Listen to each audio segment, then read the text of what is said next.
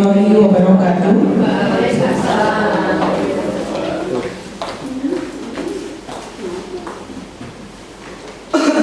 Mohon izin Bapak Ibu guru semuanya.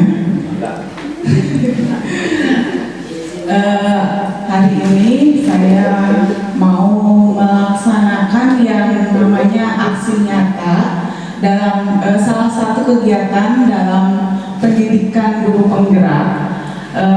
Salah satu aksi nyatanya adalah bahwa sebagai calon guru penggerak kita harus melaksanakan sesi berbagi dari materi yang telah kita pelajari, yang baru sekarang ini baru sampai modul 1 dan masih panjang sampai modul 4 gitu. Jadi yang akan disampaikan hari ini adalah khususnya untuk materi dari modul 1.4 tentang budaya positif.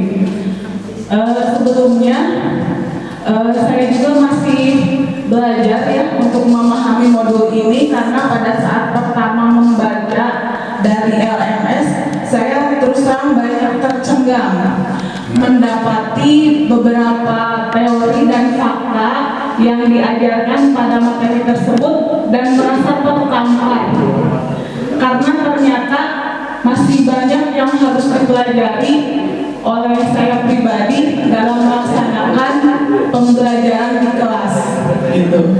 Jadi mudah-mudahan apa yang saya pahami, saya pelajari dari modul bisa saya sampaikan dengan baik dan juga bisa sampai tujuan apa yang dari modul tersebut bisa disampaikan kepada Bapak Ibu guru.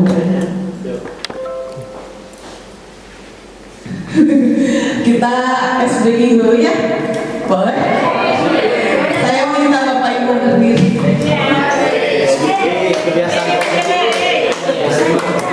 Biar tidak tegang. Saya itu tegang.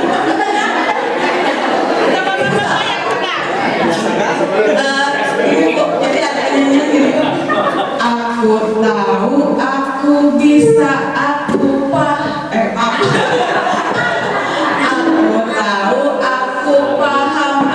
bisa dan melakukan.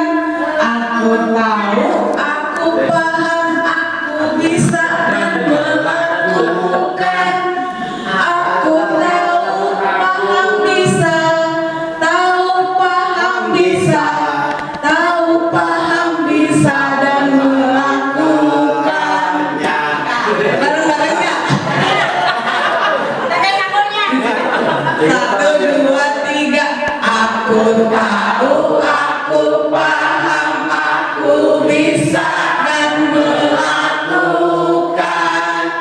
Aku tahu, aku paham, aku bisa dan melakukannya. Aku tahu, aku bisa, tahu, paham, bisa, tahu, paham, bisa dan melakukannya.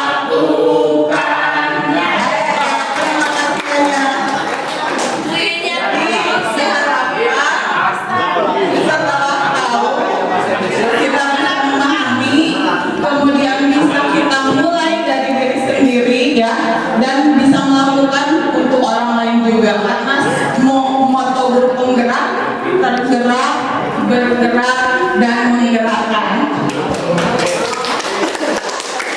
Ya Bapak Ibu, yang berdiri lagi.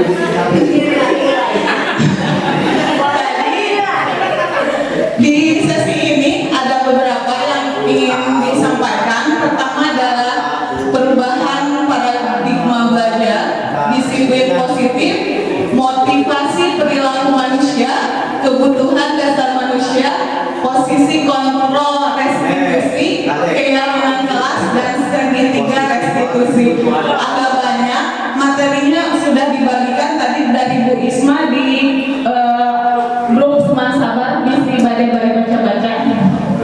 Nanti ada sesi boleh menanggapi atau kalau bertanya saya takut menjawabnya ya, bebas lah nanti di akhir. Di sini ada permainan dulu. Ada yang mau jadi ini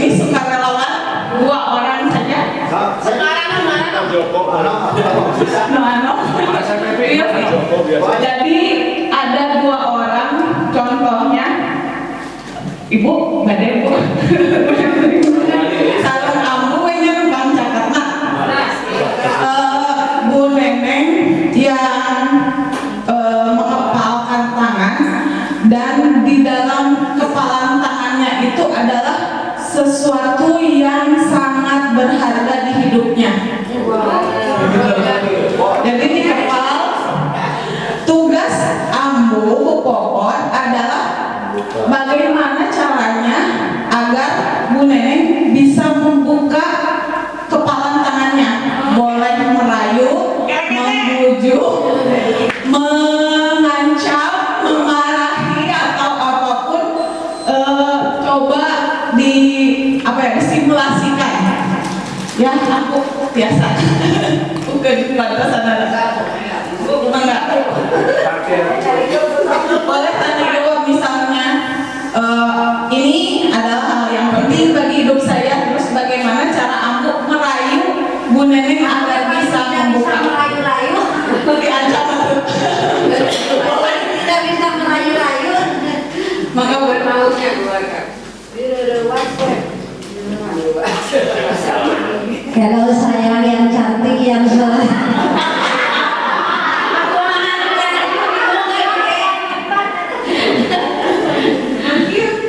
ya, boleh. Ibadah apa nih?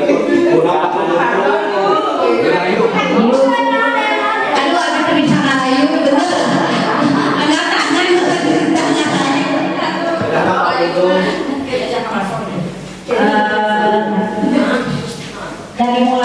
dari mana ya mulainya? Bebas. Aku mau caranya mau merayu boleh, mengintimidasi boleh, mengancam Apalagi boleh. mengintimidasi aku itu nggak bisa ya Allah, kumaha aku ya.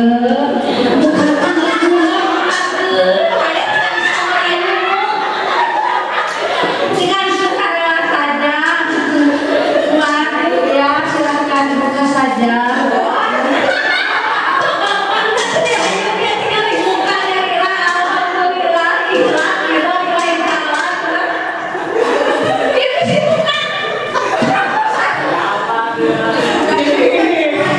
Dari permainan ini yang memegang kontrol siapa? Kira-kira yang punya tangannya ya? Nah, ini ilusi permainan ini kita ibaratkan sebagai si pemegang tangan itu adalah siswa. Jadi dalam pembelajaran kita sebagai guru membujuk, memarahi mungkin, mengancam atau mendekati dan sebagainya itu untuk mempengaruhi siswa tersebut. Nah, tetapi kita harus ingat bahwa kontrol tetap ada di siswa. Lanjut slide berikutnya. Di sini ada teori kontrol dari Dr. William Glasser tentang miskonsepsi dari makna kontrol tersendiri. Yang pertama adalah ilusi guru mengontrol murid. Selama ini mungkin kita berpendapat bahwa siswa itu bisa kita atur, bisa kita kontrol, nurut gitu. Tapi mungkin saja itu terjadi karena siswa sendiri mengizinkan si guru untuk mengontrol dirinya sendiri. Ilusi yang kedua adalah bahwa semua penguatan positif, efektif dan bermanfaat. Kita mungkin pernah membujuk siswa, ayo kalau misalnya kalian ke depan nanti ibu kasih reward, nilainya jadi bagus. Itu mungkin akan berlaku, tetapi tidak akan jangka panjang karena motivasinya nanti agar mendapatkan reward tersebut. Yang ketiga, kritik dan membuat orang merasa bersalah dapat merubah karakter. Contohnya misalnya kalau kita memposisikan kepada siswa misalnya ketika dia melakukan pelanggaran, bagaimana kalau misalnya orang tua kamu tahu perbuatan kamu seperti ini, itu membuat siswa merasa bersalah.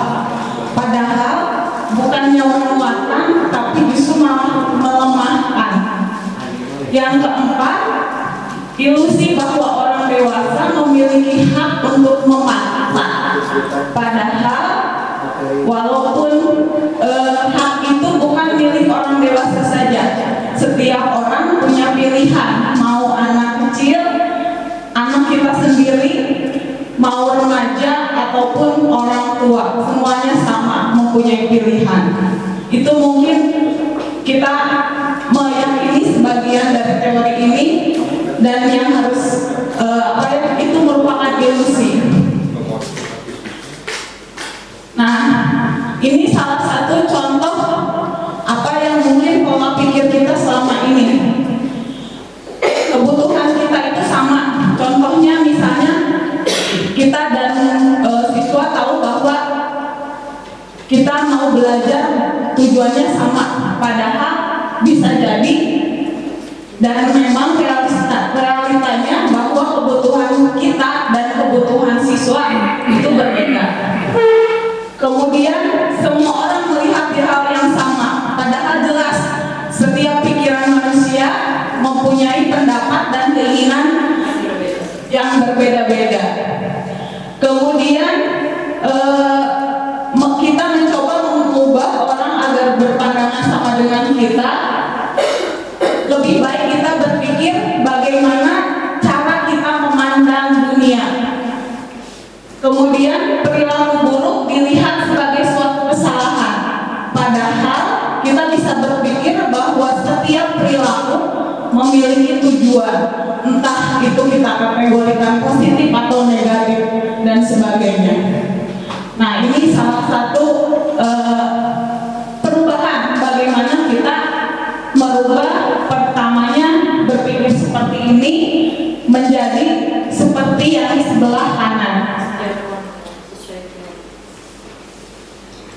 Nah, ini disiplin positif itu semua kan karena kita ingin membentuk sebuah kedisiplinan. Menurut Ki Hajar Dewantara, karena guru penggerak ini gurunya adalah dari Ki Hajar Dewantara ya, bahwa di mana ada kemerdekaan, disitulah harus ada disiplin yang kuat.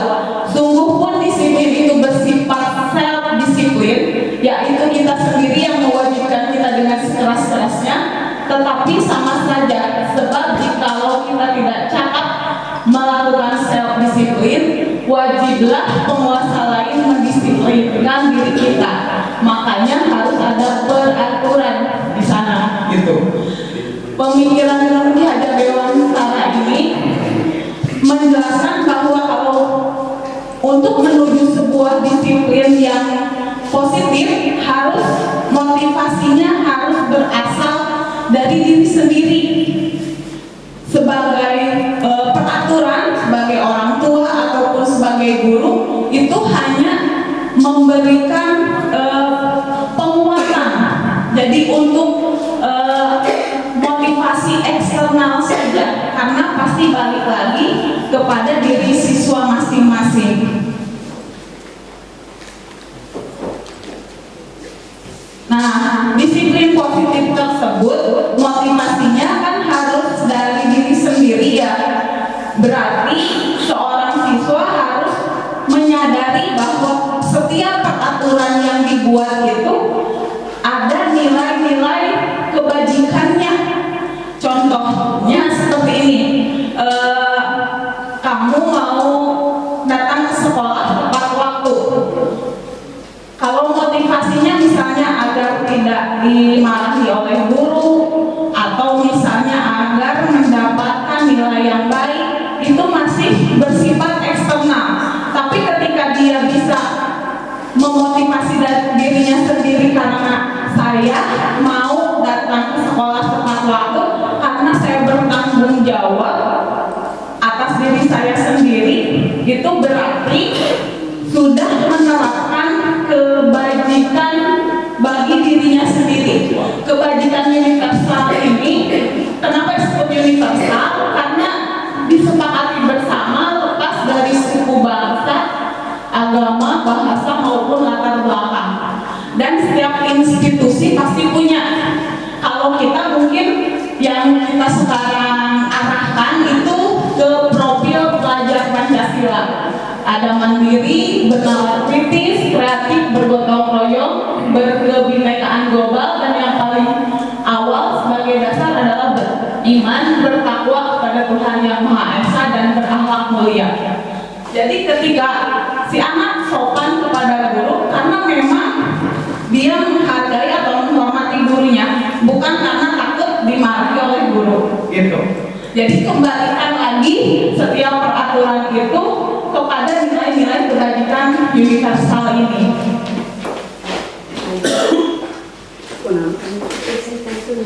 Nah, ini sebagai refleksi saja sebagai seorang guru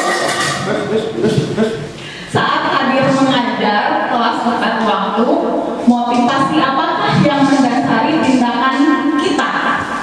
Apakah datang tepat waktu karena tidak ingin ditegur oleh atasan dan kemudian mendapat surat peringatan, atau kamu bisa telat gitu misalnya, terus nanti takut dapat hukuman disiplin, atau agar mendapatkan pujian dan mendapatkan penghargaan sebagai guru berprestasi misalnya, atau employee of the month kalau di Jawa Barat gitu, ataukah itu karena kita ingin menjadi orang yang menghargai waktu, menghargai diri Anda sendiri sebagai teladan bagi murid-murid, karena kita percaya bahwa tindakan kita akan dicontoh oleh murid-murid kita gitu.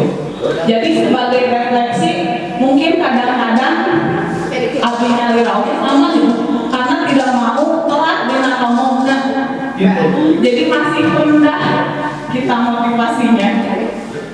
Tapi kalau misalnya kita kadang sampai karena kita malu sama anak, ingin menjadi teladan, itu luar biasa sekali. Nah, ada teori motivasi perilaku manusia yang disampaikan oleh Diana Gosson dalam buku Restructuring School Discipline. Yang pertama, motivasi anak dan juga mungkin kita sebagai manusia adalah untuk menghindari ketidaknyamanan atau hukuman. Biasanya orang yang motivasi perilakunya untuk menghindari hukuman atau ketidaknyamanan akan bertanya, apa yang akan terjadi pada saya apabila tidak melakukannya? Sebenarnya mereka sedang menghindari permasalahan yang mungkin muncul dan berpengaruh pada mereka secara fisik, psikologis, maupun tidak terpenuhinya kebutuhan mereka bila mereka tidak melakukan tindakan tersebut. Contoh misalnya, ada siswa datang telat, kan kita suka nanya ya, biasanya kalau siswa datang telat, ayah mau dihukum, ayah mau ditaros-taros, ke guru nanya, kunaon, ada siswa yang memang menghindari, tidak mau telat itu karena orang buana sok ditanya-tanya ke guru BK misalnya kayak gitu, atau orang buana tuh Pak Unung sok dititahari misalnya kayak gitu. Nah, berarti motivasinya adalah untuk menghindari ketidaknyamanan atau hukuman. Yang kedua adalah untuk mendapatkan imbalan atau penghargaan dari orang lain. Orang dengan motivasi ini akan bertanya, apa yang akan saya dapatkan kalau saya melakukan hal tersebut? Jadi ketika si anak tepat waktu, dia berpikir, memangnya kalau saya tepat waktu, saya dapat apa dari guru misalnya? Kalau saya ngerjakan tugas, saya dapat apa? Jadi masih hitung-hitungan dengan pikiran Anda. Biar dapat nilai bagus, atau mungkin kadang-kadang kita di kelas juga, siapa yang bisa mengerjakan ke depan nanti ibu kasih 10.000 misalnya kayak gitu. Itu reward, penghargaan. Jadi kalau kita melakukannya, apa yang akan kita dapatkan? Yang terakhir adalah menjadi orang yang mereka inginkan dan menghargai diri sendiri dengan nilai-nilai yang mereka percaya. Orang dengan motivasi ini akan bertanya, akan menjadi apa kita apabila kita melakukannya? Contoh Contohnya ketika kita datang tepat waktu, kalau saya datang tepat waktu berarti saya menghargai diri saya sendiri sebagai pribadi yang bertanggung jawab, misalnya gitu. Kalau saya mengerjakan tugas, berarti saya sudah bertanggung jawab terhadap mata pelajaran ini dengan mengerjakan tugas tersebut, sehingga saya mempunyai nilai diri bahwa saya sebagai pribadi yang bertanggung jawab gitu. Nah, mungkin motivasi seperti inilah yang termasuk motivasi internal. Jadi benar-benar dari dalam diri sendiri, dari siswa itu sendiri, termasuk dari kita sendiri kalau kita menerapkan kepada diri sendiri juga.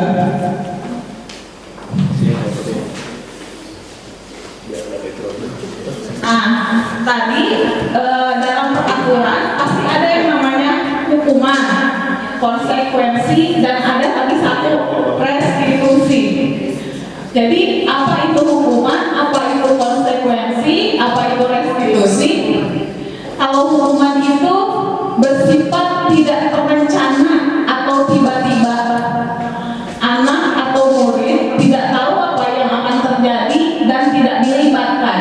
Hukuman bersifat satu arah dari pihak guru yang memberikan, dan murid hanya menerima suatu hukuman tanpa melalui suatu kesepakatan.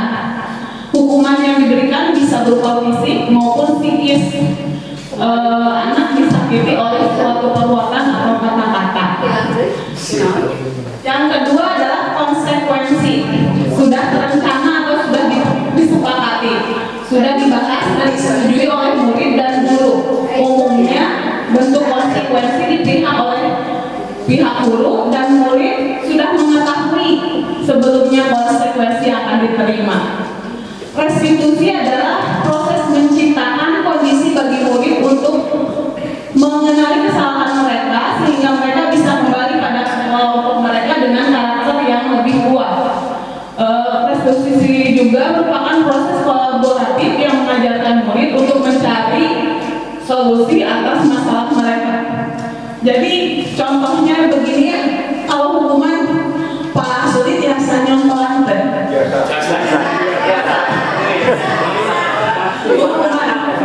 kemudian Pak, contoh ya hukuman. Contoh ke siswa kalau misalnya ada yang tidak mengerjakan tugas boleh. Tapi siswa kan boleh Siswana Bayu.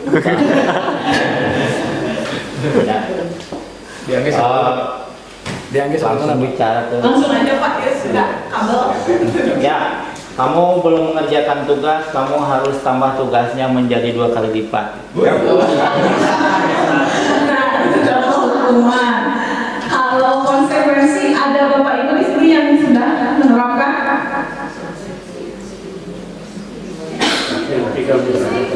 Bu Sri, gimana Bu Sri ini? Baik, terima kasih. Saya mencoba untuk menjadikan suatu konsekuensi dengan siswa, gitu ya.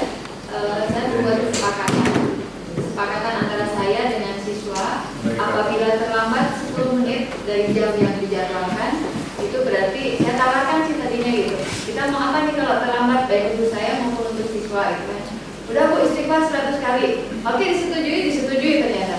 Ternyata saya praktekkan di satu kelas itu, saya sudah ripuh. Jadi saya nggak berani menawarkan di kelas yang lain. Dan itu luar biasa, saya pun jadi tertantang gitu. Berarti saya nggak boleh lewat nih dari 10 menit gitu. Ternyata anak-anak pun saya turun gitu, mereka sudah ada, itu ada ibu langsung ke kelas gitu. Jadi memang ada perubahan, memang berat untuk melakukan. Terima kasih. Terima kasih Bu Sri. Sebenarnya kalau dari teori ini sudah lebih mendekati ke restitusi Bu, karena sudah melibatkan siswa.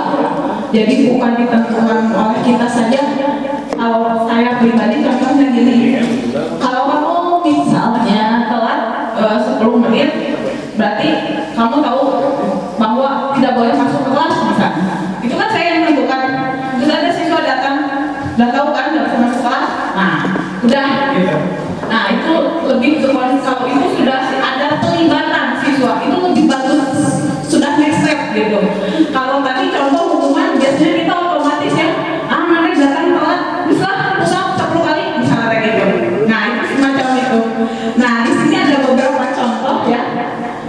kita coba lihat. Oh, nanti ada perbedaannya dulu. Kalau hukuman itu biasanya menyakitkan dan harus terjadi. Kalau konsekuensi sesuatu itu harus terjadi karena kita sudah sepakat. Kalau restitusi nanti ada pilihan. Kemudian kalau hukuman tidak nyaman untuk murid, untuk jangka waktu yang panjang, konsekuensi juga sama. Kalau restitusi kita arahkan untuk menguatkan siswa dalam jangka waktu yang panjang.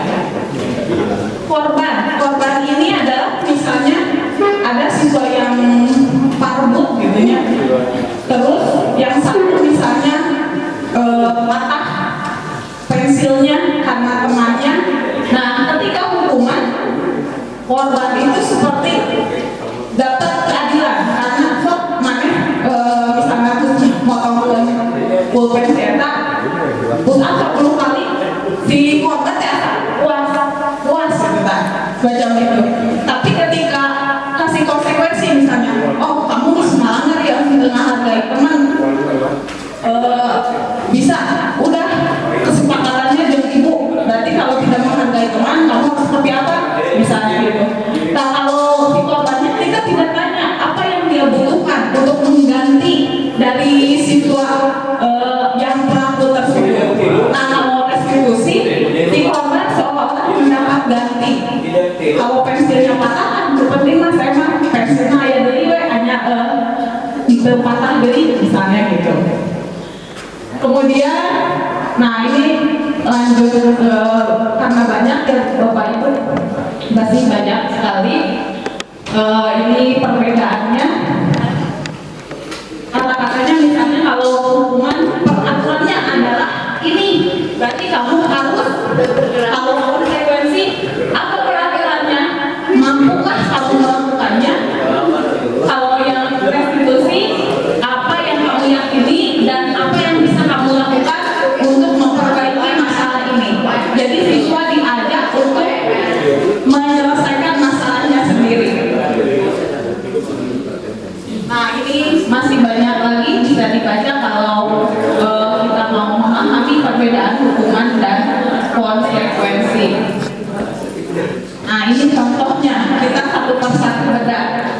Yang pertama, membersihkan coretan yang dibuatnya di meja tulis.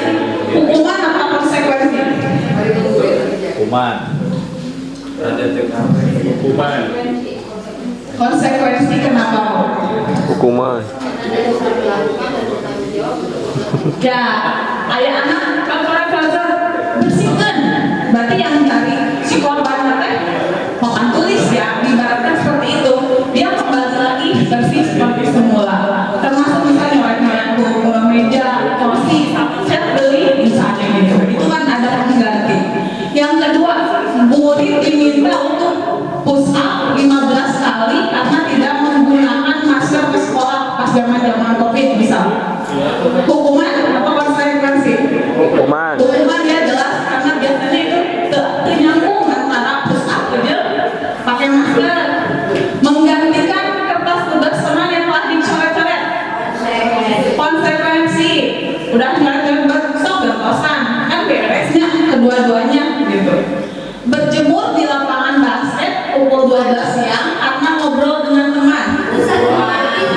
Hukuman ya, karena tidak ada hubungannya gitu. Jadi kita bisa membedakan mana selama ini kita memberikan hukuman, apakah atau memberikan konsekuensi itu jadi bersih gitu. Tapi padahal kita kayak menggeserkan dari satu masalah inti untuk ke yang lain gitu. Jadi tidak fokus ke penyelesaian masalahnya. Jadi jangan kalau gitu. Ya Bu, selesai.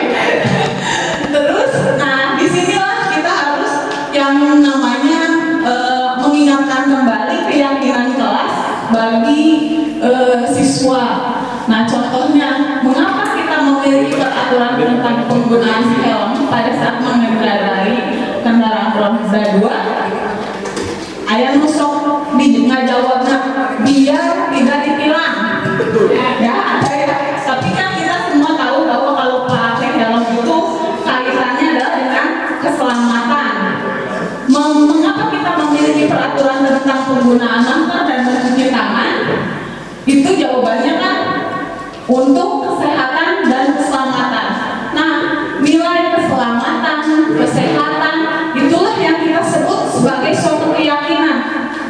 Jadi tadi balik lagi ke nilai kebajikan universal yang tadi. Ketika kita membuat kesepakatan atau keyakinan kelas, disebutnya keyakinan kelas, itu harus kita arahkan kepada nilai-nilai kebajikan tersebut. Bukan misalnya kamu datang tepat waktu biar apa, biar tidak dimarahi guru. Nah, jangan seperti itu, tapi kamu harus bertanggung jawab terhadap diri kamu sendiri sebagai seorang siswa yang harus datang tepat waktu ke sekolah. Atau ada yang itu kan berarti dia sudah tidak menghormati temannya, ledek-ledek, bullying misalnya, biasa begitu. Jadi kita harus menerapkan bahwa ini untuk saling menghormati antar teman gitu. Jadi harus bersifat, kata-katanya harus positif dan juga harus berupa nilai kebajikan yang harus diterapkan ke siswanya seperti itu. Jadi bukan karena hukuman, karena takut, atau karena akan dapat reward sesuatu dari guru. Nah, sebenarnya kalau pembentukan, jadi kalau itu mungkin ada pertanyaan, pembentukan keyakinan kelas ini mungkin bisa merubah tata tertib gitu. Itu yang dibahas waktu kemarin saya membahas modul ini dari diskusi dengan guru-guru yang sesama calon anggota guru penggerak gitu. Apakah masih penting gitu peraturan gitu? Karena sama ini juga kita kayak membentuk peraturan kelas gitu. Tapi mungkin disebutnya sampai peraturan. Karena kalau peraturan itu seperti nyuruh, terus ada konsekuensi dan hukumannya gitu.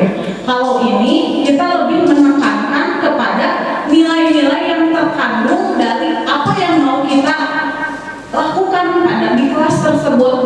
Ini kalau mau bikin misalnya di kelas sendiri gitu, pertama harus ada curah pendapat. Jadi kesepakatan sekelasnya. So koyongna kumaha misalnya di kelas bisa semuanya harus memberikan pendapatnya. Kemudian harus menggunakan kalimat positif. Contohnya misalnya kalau kalimat negatif jangan berlari di kelas, diganti dengan berjalanlah di kelas gitu. Jangan terlambat tapi datanglah tepat waktu misalnya gitu. Ya, jadi kan katanya kalau secara psikologi ibu mungkin lebih terang, jangan menggunakan kalimat negatif gitu ya, tapi dah susah nyawinnya. Kemudian terus kita juga harus meninjau ulang. Jadi ketika setelah disusun ditinjau ulang. Kemudian ini juga bersifatnya bisa harus terus-terusan ditinjau, dilihat kembali penerapannya seperti apa, dievaluasi dan sebagainya. Dan yang jangan lupa harus dilekatkan boleh di dinding untuk dilihat oleh warga kelasnya. Jadi biar kelihatan misalnya menghormati teman. Jadi ketika ada lupa gebu-gebu atau anu ledek-ledek, ingat kembali gitu, saling mengingatkan. Nah itu diupayakannya bisa seperti itu. Ideal. Lanjutnya, nah ini contohnya, selalu bersikap positif, senantiasa menjadi diri terbaik, percaya dan menghormati orang lain serta barang miliknya. Nah biasa yang misalnya ada yang suka pinjam tapi dibalikin misalnya kayak gitu ya. Berkomitmen terhadap setiap tugas serta senantiasa membantu. Jadi kalau misalnya ayah bagian tiket, nah ingat senantiasa saling membantu. Ulang pas ulangan ingatnya karena eta misalnya kayak gitu. Ini contoh keyakinan kelasnya. Nah, kenapa ini tadi kita bicarakan ada hukuman, ada konsekuensi, kemudian keyakinan apa yang harus diterapkan di kelas? Itu kaitannya dengan kebutuhan dasar manusia. Karena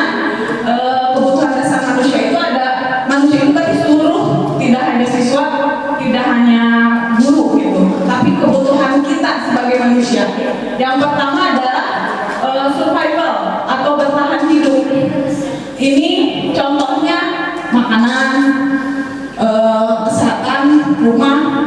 Yang kedua adalah kebutuhan untuk disayangi dan diterima, meliputi kebutuhan akan hubungan dan koneksi sosial, menjadi bagian dari suatu kelompok.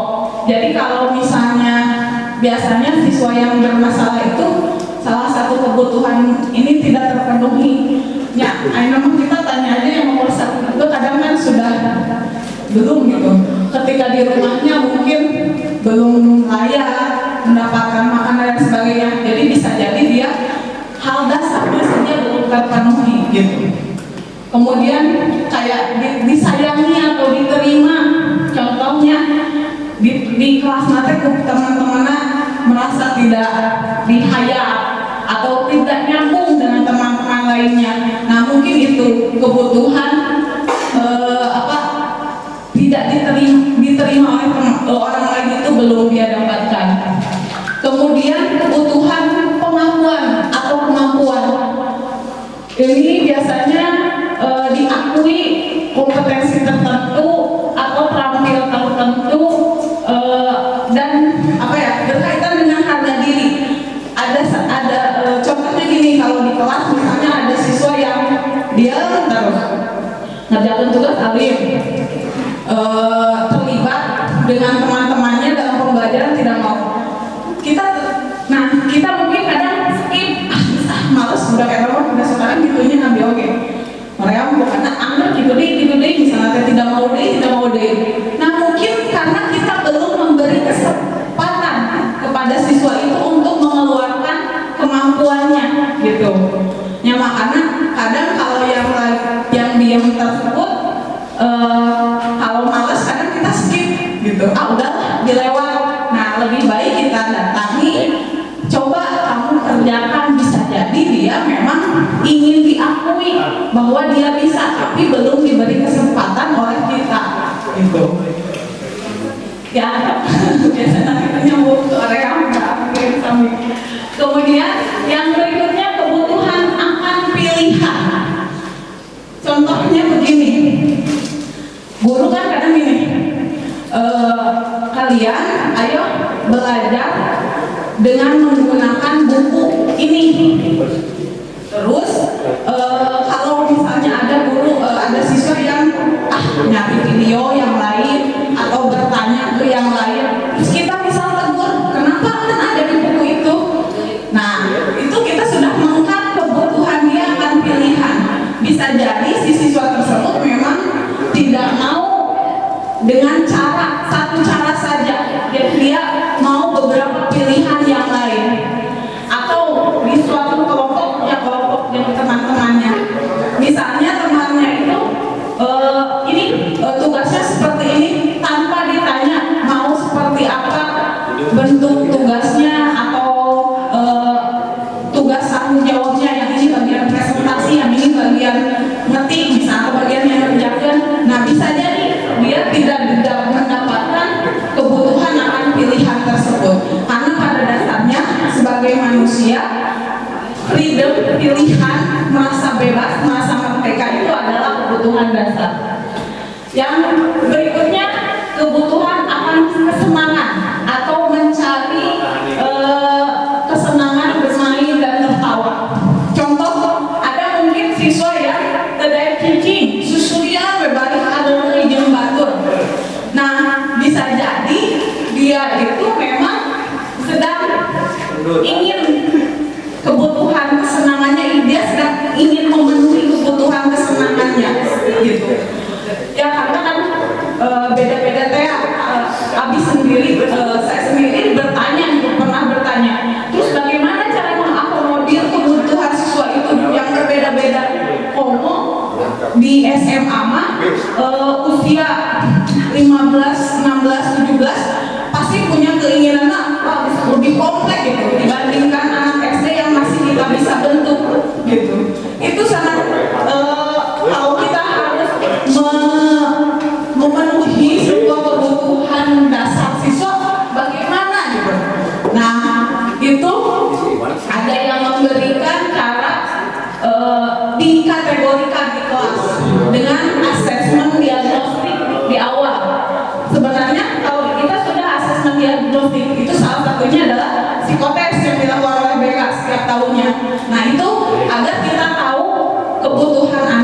beda-beda karena nanti dari hasil tes psikotes itu akan ada, oh ini cenderung anak ini belajarnya seperti apa, begitu mungkin ya Bu. Bisa juga kita melakukan kuesioner yang kayak anak ini cara belajarnya audio, apa visual, apa kinestetik gitu. Jadi ketika kita menyampaikan media pembelajaran, kita bisa oh si anak ini mah kudu langsung praktek gitu, misalnya gitu.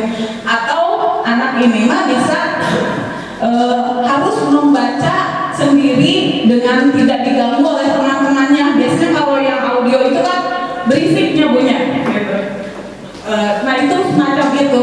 Jadi itu salah satu tantangan terbesar mungkin bagi guru untuk memenuhi kebutuhan dari siswa. Lanjut ya, ini tadi penerapan hukuman. Terus nah selama ini kita itu menjadi seperti apa gitu. Ada 5 posisi kontrol. Yang pertama ada penghukum, pembuat rasa bersalah, teman, pemantau, dan manajer. Kita akan bedah satu-satu.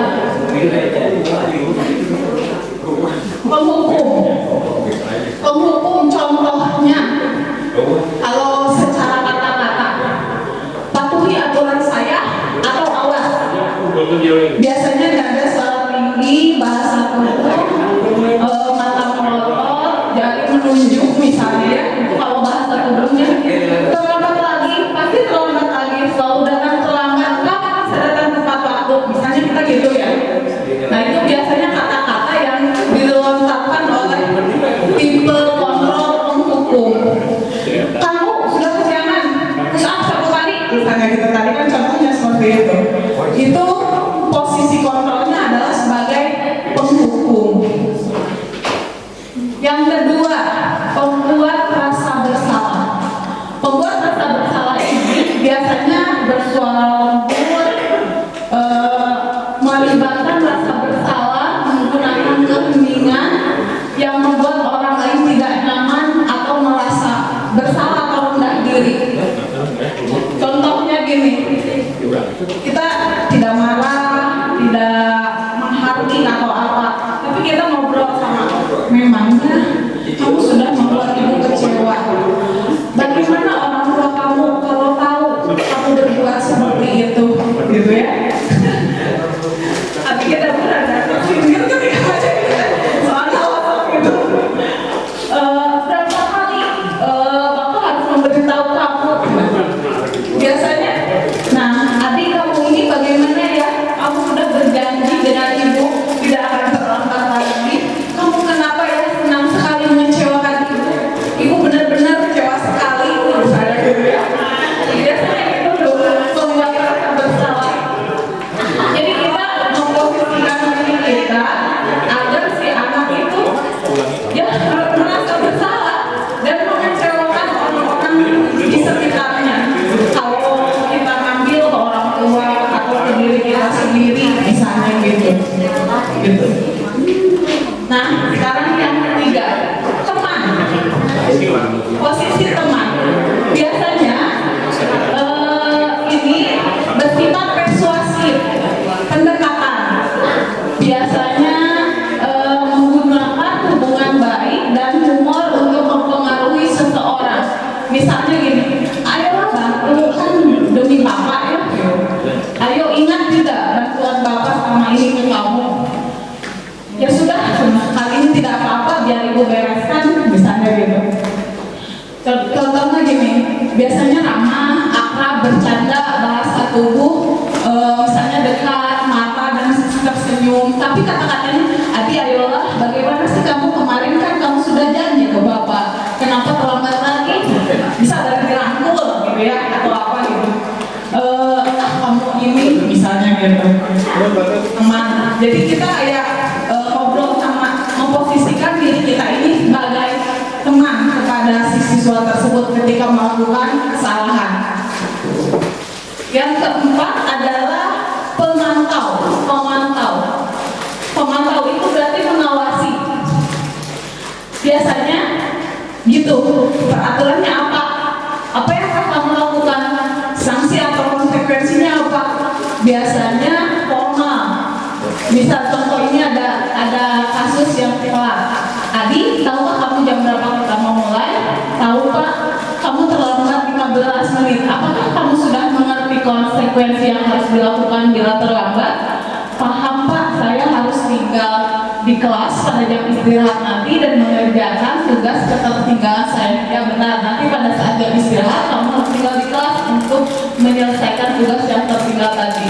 Saya tunggu misalnya gitu. Jadi biasanya ini kaitannya dengan konsekuensi yang tadi. Kita sudah sepakat kalau misalnya yang tadi kesiangan atau apa tidak mengerjakan tugas, nanti bagaimana? Ini netral dan tidak marah, tidak merasa bersalah, tidak dekat juga gitu. Jadi lebih ke netral kalau yang memantau. Yang terakhir adalah manajer. Manajer ini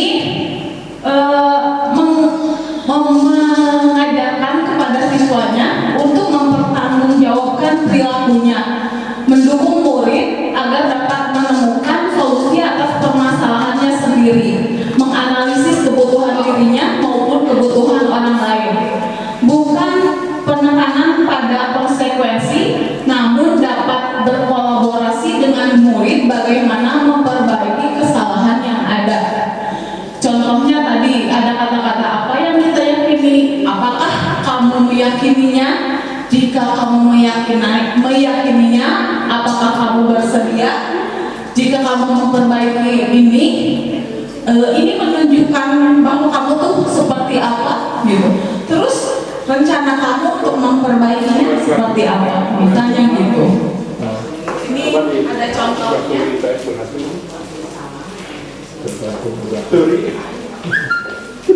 Harus lulus ya Bapak Ibu kalau jadi manajer. Adi, apakah kamu mengetahui jam berapa sekolah dimulai? Tahu Pak, jam 7. Ya, jadi kamu terlambat. Kira-kira bagaimana kamu akan memperbaiki masalah ini? Saya bisa menanyakan teman, jadi menawarkan kepada siswa. Kira-kira apa yang bisa kamu lakukan untuk memperbaiki masalah ini? Jadi ditawarkan dulu saya. Terus kayak contohnya misal, tapi kadang siswa kita masuk malah diamnya Bu, dengan jawab bingung jadi saya bisa menanyakan teman saya Pak untuk mengejar tugas yang tertinggal. Baik, cek guru nanti bisa dilakukan. Apakah besok akan ada masalah untuk kamu agar hadir tepat waktu ke sekolah? Tidak Pak, saya bisa hadir tepat waktu. Baik, saya hargai usahamu untuk memperbaiki diri. Dari ada pertamanya divalidasi dulu kesalahannya. Apakah dia merasa bersalah? Apakah dia tahu bahwa itu salah gitu. Terus kita tawarkan bagaimana cara menyelesaikannya. Kemudian di akhir memang kita harus tetap mengapresiasi dengan menghargai apa yang menjadi pilihannya. Nah, tidak perlu marah, tidak perlu meninggikan suara, apalagi menunjuk dari ke murid, berkaca pinggang, atau bersikap seolah menyesal, tampak sedih, atau akan perbuatan murid, ataupun bersenda gurau menempatkan diri sebagai teman, gitu. Kalau seorang manajer, kira-kira sebagai refleksi Bapak Ibu sekarang di posisi yang mana? Suka di posisi yang pernah atau masih melakukan di posisi yang mana? Semuanya. Iya ya Bu ya. Kadang-kadangnya Bu dapat murid yang seperti ini, kita seperti apa? Biasanya memang yang itu kalau di rumah sok banyak keahliannya gitu. Nah, hal ini jadi yang kalau dari apa sih yang sudah saya pelajari, bahwa kalau kita belum bisa sampai ke manajer, minimal kita di posisi teman atau di posisi pemantau. Jadi tolong dihindari di penghukum dan di pembuat merasa bersalah. Kenapa? Kalau di penghukum biasanya siswa itu tidak akan jangka panjang gitu. Biasanya hari tahu dan juga itu bisa berefek menimbulkan agresif, ya perilaku agresif dari siswa dan juga rasa dendam terhadap gurunya. Bisa jadi pulang sekolah mogok progres misalnya, ada ya yang seperti itu. Kalau di sini mungkin belum ada, kalau sekarang atau ibu bapak ibu mungkin pernah ada yang mengalaminya dulu gitu. Terus kalau yang membuat rasa bersalah itu membuat siswa merasa tidak bisa menghargai dirinya sendiri karena kita terus seperti membuat penyesalan dan itu tidak akan menguatkan dirinya untuk memperbaiki masalahnya. Nah, mungkin kalau bisa dikurangi dulu ya Bapak Ibu, nanti ke depannya ya kita juga masih sama-sama belajar karena kadang susah sekali kalau ya gitu dengan siswa yang kalau anak usia SMA itu karakternya sudah jadi, bukan pembentukan karakter lagi tapi sudah jadi agak sulit bagi kita meneruskan kebiasaan mereka yang sudah jadi dan untuk kita mengarahkannya kembali ke jalan yang lebih baik gitu. Jadi sama-sama belajar ke depannya. Lanjut, nah di sini ada cara bagaimana kita menjadi seorang manajer. Itu tekniknya ada yang disebut dengan segitiga restitusi. Jadi ada validasi tindakan yang salah, menanyakan keyakinan, menstabilkan identitas. Pertanyaan atau kata-kata yang bisa kita lontarkan. Contohnya misalnya, kamu tentu punya alasan mengapa melakukan itu. Jadi harus divalidasi dulu. Kalau misalnya ada siswa, ada yang telat. Biasa ya, kita suka nanya, kenapa kamu terlambat gitu. Misalnya ada yang tanya bocor atau ugahnya kasiangan dan sebagainya. Terus, adakah cara yang lebih efektif untuk mendapatkan apa yang kamu butuhkan? Jadi kalau misalnya ketika dia bahannya bocor, nah harus seperti apa? Sebelumnya harusnya bisa dicek dulu malamnya. Kalau kamu bangun kesiangan, tidur malamnya harus jam berapa? Misalnya gitu. Terus menanyakan keyakinan. Nah, memangnya itu kalau kamu telat, kamu mengerjakan tugas, apakah memang sudah sesuai dengan apa yang kamu inginkan? Gitu. Apakah kamu memang mau bisa menjadi orang yang tidak bertanggung jawab, tidak menghargai diri sendiri, tidak menghormati orang lain, misalnya contohnya gitu. Jadi harus diarahkan kembali ke keyakinan dirinya, nilai-nilai kebajikan yang tadi. Terus setelah kita lihat apa permasalahannya, kemudian menanyakan keyakinannya mau seperti apa, kita juga harus menstabilkan identitas. Jadi maksudnya menstabilkan identitas itu si anak tuh harus percaya bahwa dia itu bisa mempunyai karakter yang lebih baik. Jadi setiap orang pasti pernah melakukan kesalahan. Bapak misalnya pernah telat sama, tapi kita mau memperbaikinya gitu. Nah semacam itu. Jadi tetap harus terus gitu, kasih sesuatu terus-terusan merasa bersalah. Nah ini contoh ininya ya, tadi kita semua akan melakukan hal terbaik.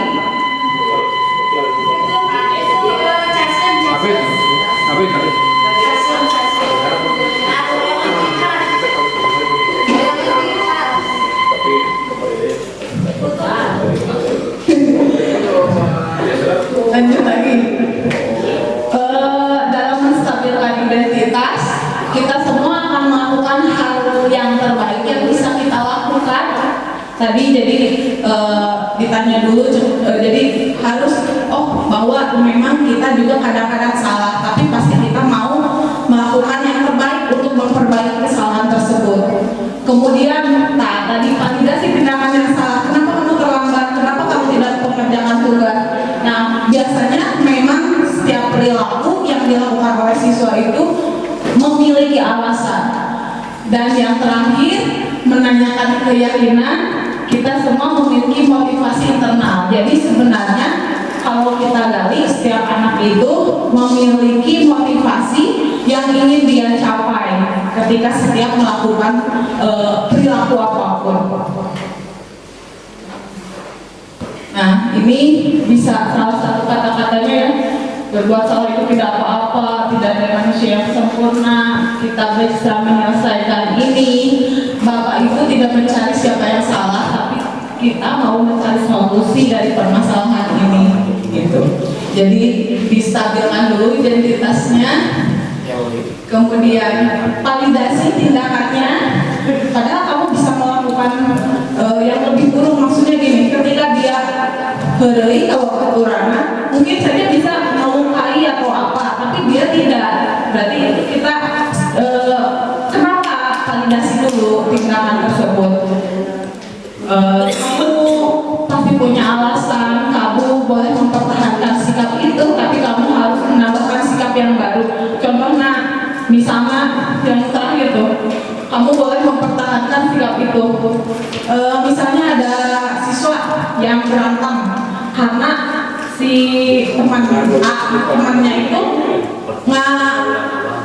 ngalere bagaimana mah cenah eta wae misalnya, atau teu disetrika atau kumaha gitu. Pasti kan merasa si siswa teh merasa tersinggung gitu.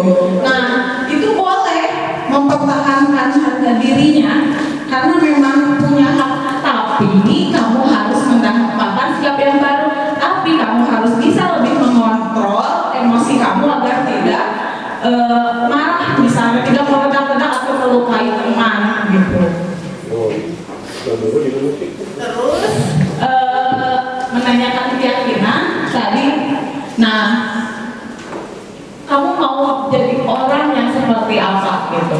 Jadi apakah dia maknya mau selalu seperti itu, tidak bertanggung jawab, tidak menghormati orang lain, tidak membantu temannya, misalnya dan sebagainya. Jadi itu kita bisa tanyakan lagi, kamu mau menjadi orang seperti apa. Terakhir, saya ngambil kutipan dari Stephen R. Covey dalam buku Principle Center Leadership. Bila kita ingin membuat kemajuan perlahan, sedikit-sedikit ubahlah.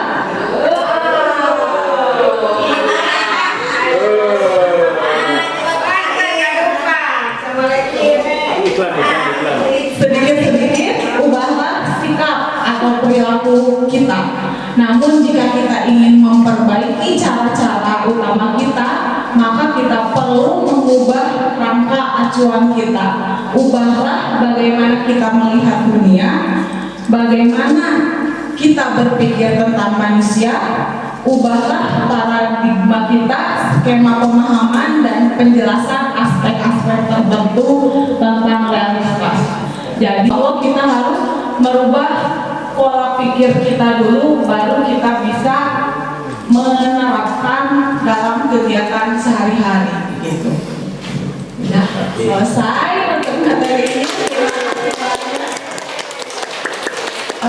Mungkin Bapak Ibu ada yang mau menanggapi, silahkan.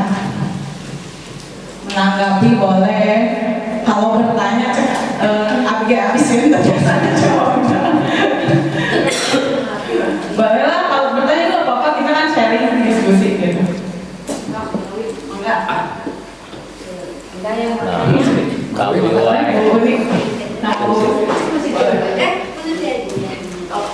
Jadi menurut Tuhan ini terkait kasus Ariel ya, bukan dengan Tuhan konsekuensi atau restitusi. Jadi baiknya apa solusinya? Terima kasih banyak Bu. Jadi kalau sering saya mendengar, saya sering bercurhat mungkin kumanya sih Ariel, saya sering ngobrol gitu. Karena memang kalau dilihat tadi kebutuhan Ariel itu seperti apa dan dia sudah menjadi orang seperti apa. Jadi dia sudah membentuk dirinya dengan karakter yang seperti itu yang mungkin tantangannya. Terus berkolaborasi, bertanya, ditanya susah mengungkapkan apa yang dia mau. Jadi itu mungkin menjadi PR besar bagi saya karena tujuan saya bukan membuat Ariel keluar atau tidak mendapat nilai gitu, tapi memang saya ingin membuat Ariel menemukan pola pikir yang baru dari yang selama ini yang dia percayai gitu. Jadi kita perlahan, dan pasti ini bukan sesuatu yang singkat Ibu, karena merubah pola pikir itu tidak seperti merubah perilaku yang biasa-biasa saja. Mungkin begitu Bu. Jadi sama-sama kerjasama dari semua ibu guru, semua ibu guru BK dan ibu guru yang mengajar di kelas kuliah itu mungkin. Ari cari ajak main gitu. Baru nyambung ya. Nyambung. Ini emang Awalnya dari main gitu. Mangga Bu. Terima kasih. Yang pertama mungkin saya ucapkan terima kasih gitu ya, ilmu yang sangat luar biasa gitu ya. Banyak hal yang sebenarnya itu membaca diri kita sendiri gitu, artinya kita bisa introspeksi diri kita sebagai guru itu sudah sampai di mana gitu ya. Terima kasih ilmunya. Kemudian yang kedua, di awal tadi kan disebutkan bahwa sebenarnya setiap apa yang kita lakukan itu harus mengandung satu kebajikan gitu ya. Ada nilai-nilai kebajikan yang muncul di sana. Nah, saya ingin tahu saja bagaimana caranya kita menunjukkan nilai kebajikan kepada siswa yang mereka belum tahu gitu ya. Nah, cara memunculkannya seperti apa, bagaimana sehingga mereka itu punya merubah dirinya ke yang Terima kasih banyak Bu. Ini memang tadi pernah di awal juga saya bilang bahwa ketika membaca modul ini merasa ditampar sekali gitu, karena banyak sekali kekurangan gitu dalam pembelajaran yang sudah yang saya yakini gitu. Karena salah satu program pendidikan guru penggerak ini adalah merubah pola pikir guru-gurunya gitu. Jadi ini untuk mewujudkan pendidikan yang lebih baik demi masa depan yang lebih baik juga. Jadi kalau menurut saya itu mungkin Bu, saya juga menemukan ketika ditanya saja si siswa juga dengan concern untuk apa dia melakukan itu. Berarti dia sendiri tidak mengenali apa nilai-nilai yang dia yakini gitu.